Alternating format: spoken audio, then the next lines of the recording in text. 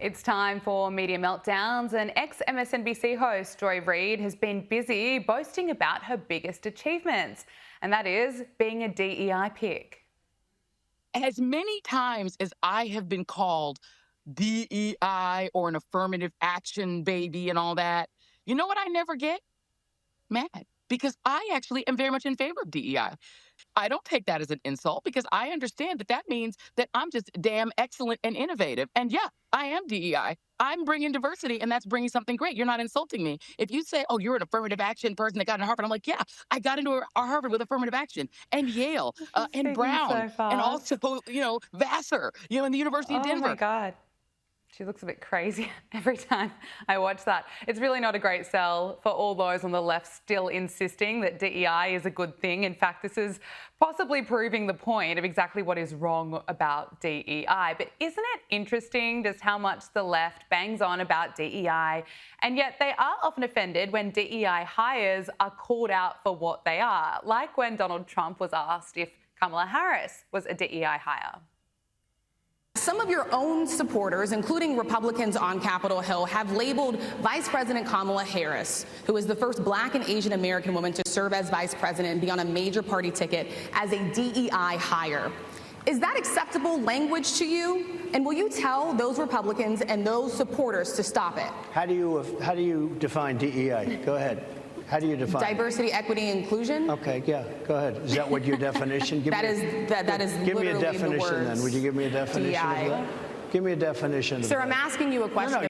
Yeah, he just handled that brilliantly. And do we think that Kamala Harris, was she a DEI hire? We have to stay woke. Like, everybody needs to be woke. and you can talk about if you're the wokest or woker, but just stay more woke than less woke. Yeah. Yeah, she definitely was. But let's get back to the media and, of course, the fair and unbiased coverage that we usually get on the mainstream media. If we need any more evidence of why no one really trusts the media anymore, let's just look at how CBS is covering for alleged MS-13 gang member and human trafficker Kilmer Albrego Garcia. This is what went to air from CBS's interview with Homeland Security Secretary Kristi Noem about the case. And the one thing that we will continue to do is to make sure that he doesn't walk free in the United States of America. Okay, and this is what CBS deliberately cut out, according to Kristi Noem.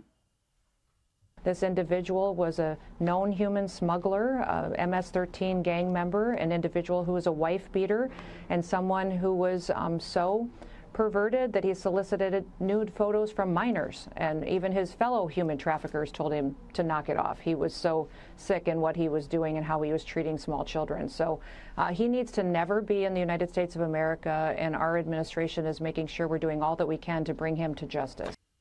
Well said. So CBS cut out those crucial details. And why would they do that? Is it to protect this man? Because the media narrative around him, around this alleged wife beater, is that he's a Maryland father. Now, Kristi Noem has called this out in a statement. She wrote, "This morning I joined CBS to report the facts about Kilmer Albrego Garcia. Instead, CBS shamefully edited the interview to whitewash the truth about this MS-13 gang member and the threat he poses to American public safety." And you'd think that CBS would have learnt from its disastrous mistake around editing the 60 Minutes interview with Kamala Harris last year to make her sound sharper than she really was. It seems that Prime Minister Netanyahu is not listening. Well, Bill, the work that we have done has resulted in a number of movements in that region by Israel that were very much prompted by or a result of many things, including our advocacy for what needs to happen in the region. But it seems that Prime Minister Netanyahu is not listening. We are not going to stop pursuing what is necessary for the United States to be clear about where we stand on the need for this war to end. Very different answer, and that cost CBS $16 million. And former Paramount executive Shari Redstone recently told the New York Times that they essentially rushed to settle because they had concerns over other interviews that have been edited and then put to air, such as a 2023 interview with Joe Biden, where staff at the time knew that Joe Biden was just so out of it, he needed to be prompted just to answer questions. Well, joining us now is Alex Stein, host of Blaze TV's Primetime with Alex Stein. Alex, it is great to see you. So just looking back at CBS and the track record, they've covered for Joe Biden, they've covered for Kamala Harris, and now it appears as though they are covering for Kilmar Garcia. Well, you know, Kristi Noem calling out the fact that Kilmar Abrego Garcia was texting underage children, soliciting sexual photos from them. It's an incredibly sick thing, and he deserves to be in jail, especially not a free man in this country. And you see how the media paints him as just a man from Maryland. It shows you how dishonest our media has become in this country. And sadly, people care more about protecting a literal person that is a child predator than actually getting rid of the illegal immigrants or the cartel members and making our country safer. So it's really sad that a person with the type of track record that Kilmar Abrego Garcia has, turning him into a hero. But, you know, it's not a surprise from the left or from, you know, the radical media for doing this. You know, they will use any puppet they can to make Donald Trump look bad. Yeah, sadly, not a surprise. We also played Joy Reid's latest rant, and this time it wasn't aimed at Donald Trump. This was all about herself, boasting about being a DEI pick. Look, I think if companies need reminding of why DEI is such a disaster, they can really look at that clip, because I think Joy Reid has just proved that. What did you make of it? Well, obviously, Joy Reid is a DEI hire, and I'll give her a little credit for admitting it. But this is why it's actually a horrible issue, because American exceptionalism is dead. People know that they will make it in life. They will get an automatic shortcut based on the color of their skin. And that's very demoralizing for men, for white men especially, that are putting in the hard work and seeing people like Kamala Harris, you know, become vice president, seeing people like Joy Reid get a job at a major network. So it's sad that we don't live in a country that is based on merit. Instead, we have a country that you get shortcuts based on the color of your skin. And once again, Joy Reid, we want to help marginalized people. We're not against helping marginalized people, but not at the expense of hardworking Americans that have put in the work, that have the talent, and that would probably be more successful in those roles, especially when it comes to Vice President of the United States and Kamala Harris. Well said. Well, Liberal demonstrators have been busy lining up in Wisconsin to make a scene and protest against JD Vance. Now, the Vice President was there to highlight the impact of Trump's big, beautiful bill on the manufacturing sector. But these Liberals who turned out with their signs were forced to run to the other side of the road just so they could get their message out. Let's take a look.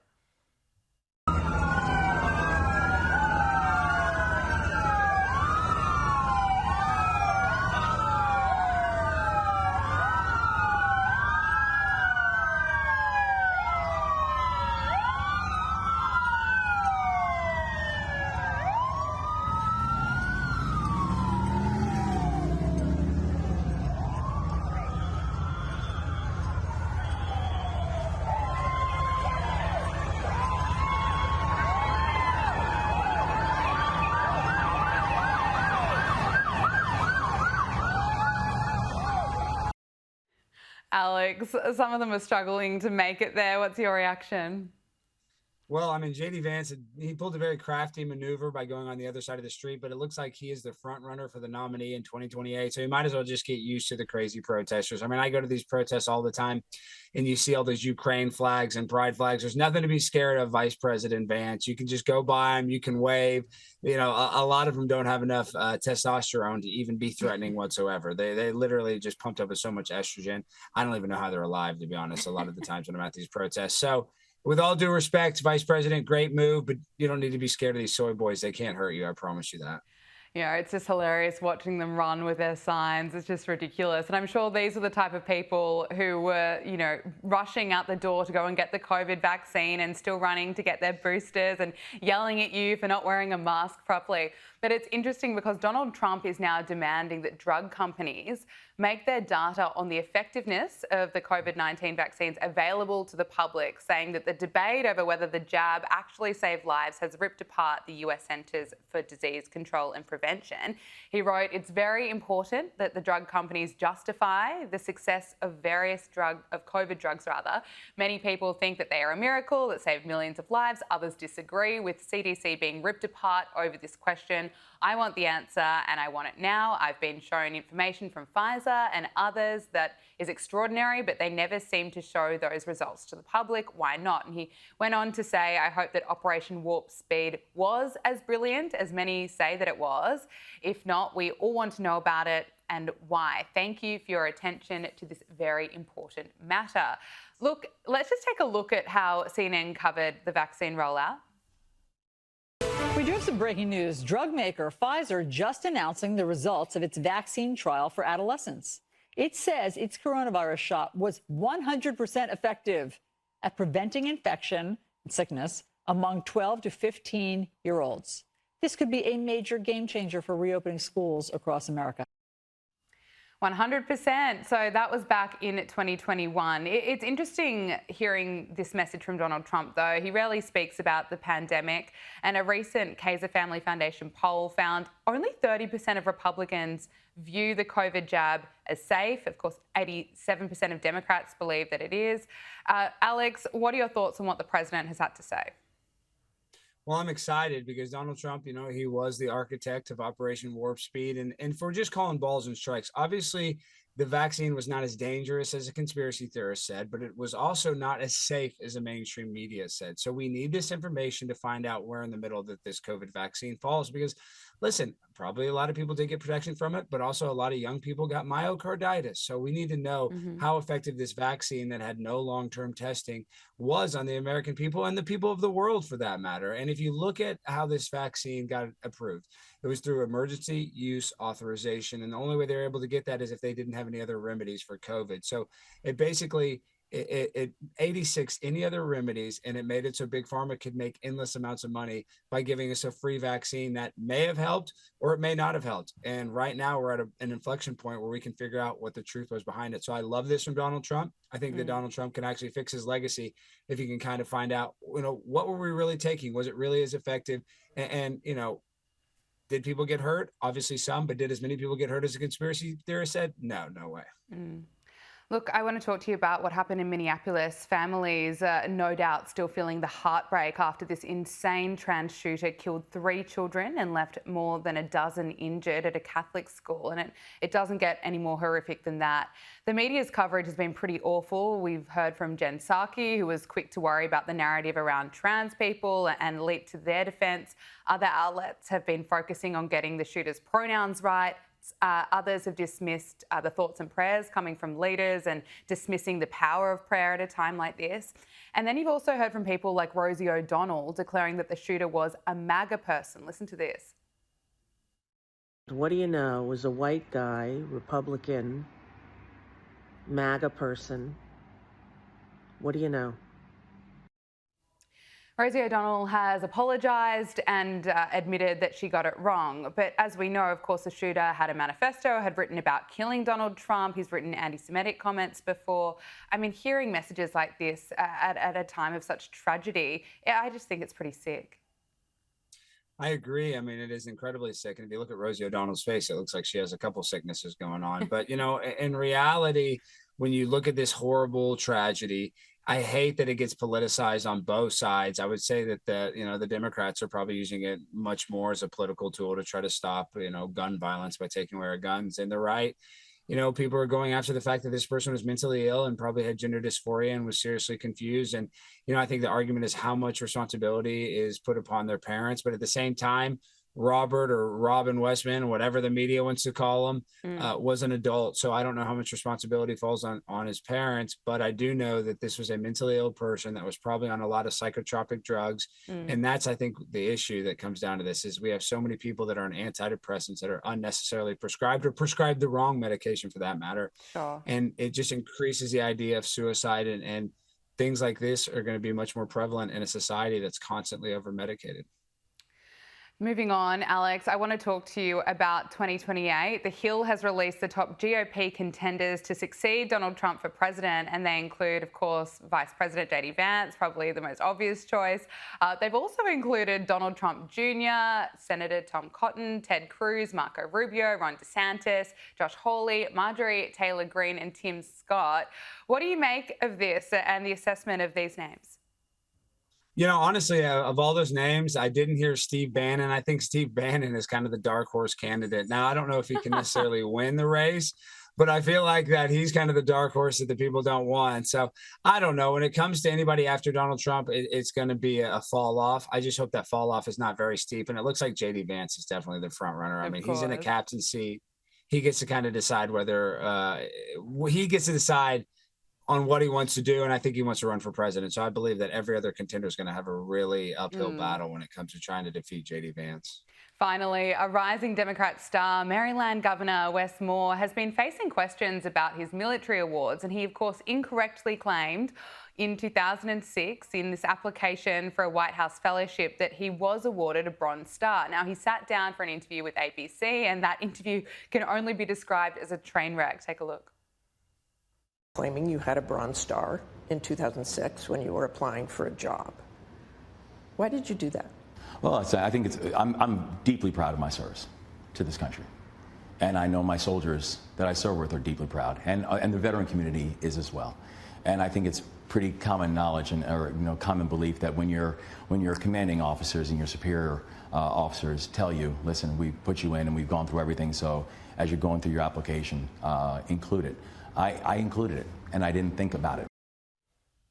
He was eventually awarded a Bronze Star after becoming governor in 2024, but he refuses to apologise about repeatedly lying about receiving the Bronze Star at that time. What are your thoughts on this? Well, stolen valor is a felony. Obviously, he is a military veteran, but to lie about that, it just kind of poo-poos on the legacy of all the people that earned a Bronze Star, genuinely instead of dishonestly, like he got it posthumously, basically, after he became the governor. So I just don't like our military veterans being disrespected by guys lying. And it happens more often than not. I mean, you see Tim Walz, the vice president nominee, he had some, allegations of stolen valor. And these guys were military vets. Like, why is that not enough? The fact that they have to lie, it just demonstrates their tendency to lie to the American people if they'll lie about their own background. So I really don't trust this guy. And if you're going to lie about your resume when it's very easily checkable, imagine what he's lying about while he's in office. Alex Stein, brilliant to speak to you as always. Thank you so much for joining us. It's always a pleasure. Thank you guys for having me.